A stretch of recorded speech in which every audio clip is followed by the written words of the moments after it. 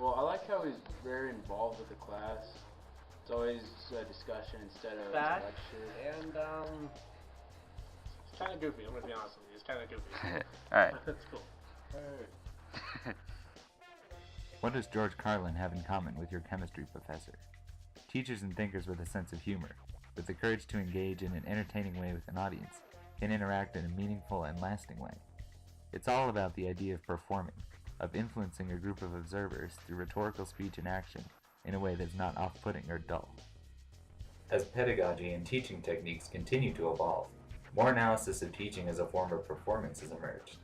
Because it incorporates both elements of improvisation and script, stand-up comedy has become a popular comparison.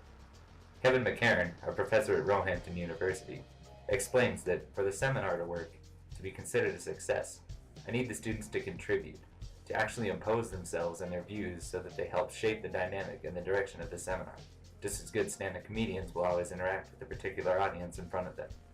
He explains that the more he taught, the more he drew the comparison between comic and educator, both speakers tasked with controlling his or her surrounding in a meaningful and to some degree entertaining way. I'm Jack Martin. I teach language arts at Arvada West High School. I think I was 29 years old. It was 1987, which was pretty much the height, or near the height of the comedy boom in the country. 1989 was really when it got big.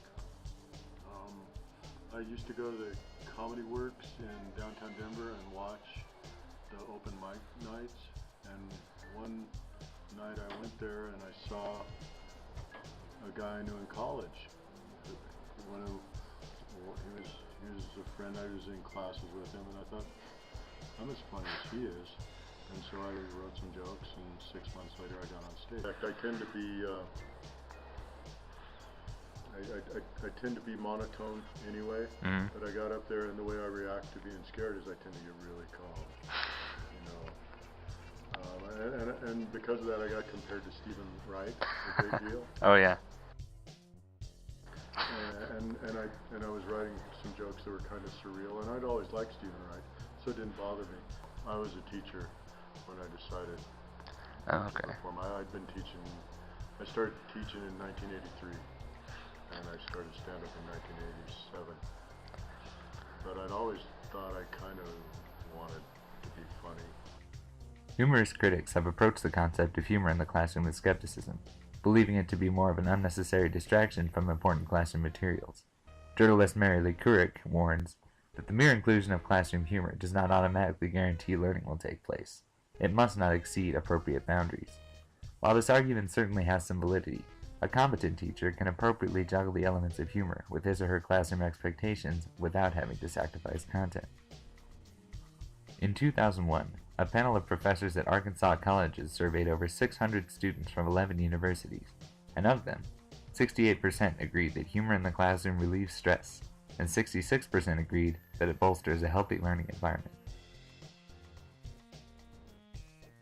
I think there are kinds of humor that are more beneficial in the classroom. Puns are always good because they don't hurt anybody. But sarcasm can make people feel diminished or feel pushed out. So you try not. You don't want to. What was that old joke? Does your face hurt? It's killing me. You don't say that to kids. Even adults feel bad if you do something like that. I think humor is important because it keeps maybe a bit distracting it from the class, but it helps everyone stay attentive and listening to the teacher. English is a type of class where you need to get everyone's point of views. Like even when we read books and stuff that like Ralph Ellison writes and stuff like that, it really gets the point of view across. If you have a teacher that doesn't have any emotion in the class, doesn't have any humor, you don't have that connection with, you can't really learn from them as much, and you can't find out what they're trying to tell you.